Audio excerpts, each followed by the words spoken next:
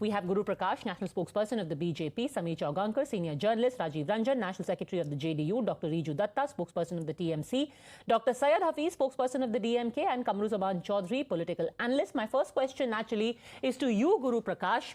Do you want an opposition-less parliament, where basically only the treasury benches will hold sway? 92 MPs is unprecedented in parliamentary history. How do you justify it?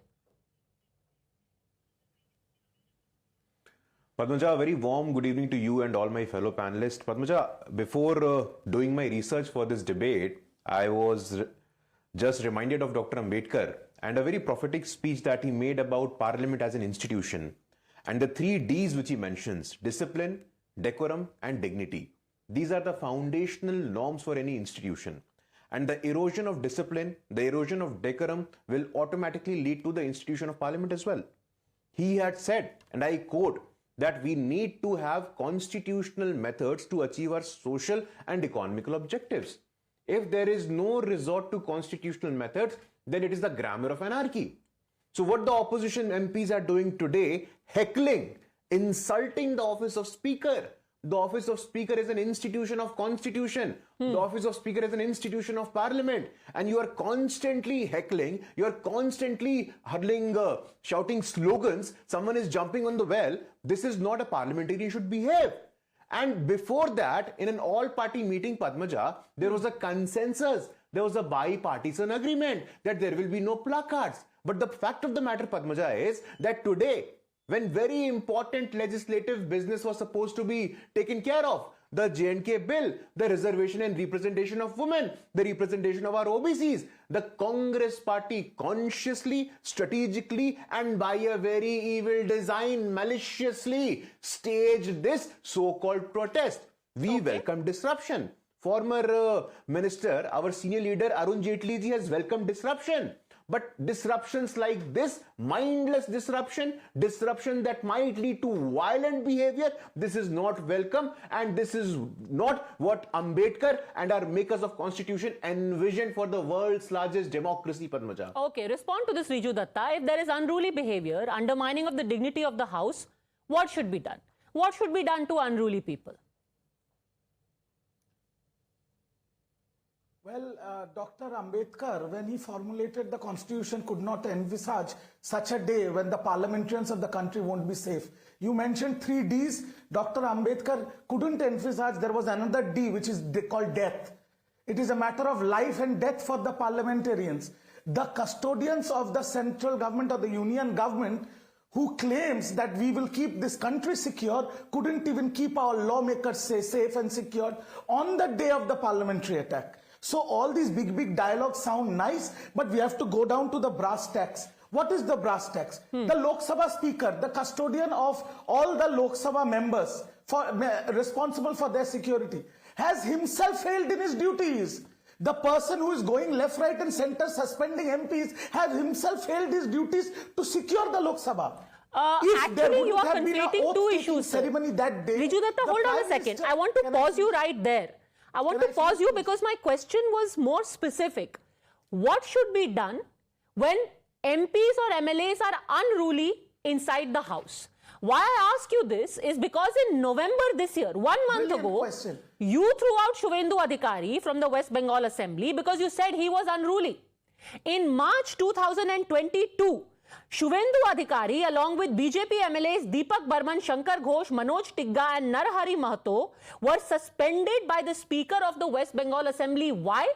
Because you said that they were engaging in unruly behavior. So if decorum of the House is important in West Bengal, surely the decorum is important in the Lok Sabha and Rajya Sabha also? Yes, of course the decorum is important, but if you are comparing BJP protesting inside Vidhan Sabha and you are comparing a terrorist attack in the parliament, then I think Times Now should grow a backbone. No. Enough. It's okay. It's okay. You don't have to come at me. You don't have to come at me because you can't answer my question. I am comparing unruly behavior inside the West Bengal Assembly and unruly behavior inside the Lok Sabha. Let's compare apples and apples. What should be done for the terror attack? These 6 people are booked under UAPA and conspiracy charges. Cannot be compared. That is what should be done for terror attack. But what should be done for unruly behavior is my question. No, madam, sorry. Sorry, you cannot compare apples with oranges. No, I'm comparing apples and apples. Unruly behavior inside the Lok Sabha and unruly behavior inside assembly, sir. Those are apples. Those are apples. No. Sorry. Last session, I will remind you and your viewers, last session on the Manipur issue also, there was disruption in the parliament and few opposition MPs were also suspended. But there was not such a big hue and cry. You have to understand, if there would have, what the point I was trying to make before you cut me, that if there wouldn't have been an oath-taking ceremony that day, the Honorable Prime Minister and the Home Minister would have been inside the Lok Sabha. If it wouldn't have been a smoke bomb, today we wouldn't have this debate, because 10 or 20s of MPs would have probably died. So you have to understand the gravity of the situation. Our demand is two very simple things, Padmaja, and I'm putting it on record. Number one, the Honorable Home Minister, who can go on the conclave of news channels and speak about this issue.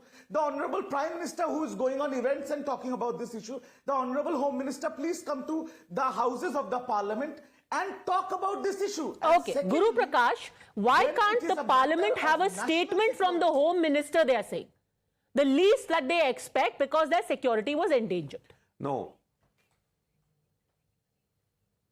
Padmaja, I have given a very patient hearing to my dear friend from TMC, Mr. Riju Dutta, and I also saw how he dodged your question on our senior leaders in West Bengal, Mr. Shuvendu Adhikari, Mr. Narari Mato, and other so many MLAs who are constantly suspended on a daily basis by the dictatorial government of West Bengal, led by Mamta Didi. Second, and the most important thing, as far as the security and sovereignty of the country is concerned, and my friend Riju would agree, look at the track record of last 9 years.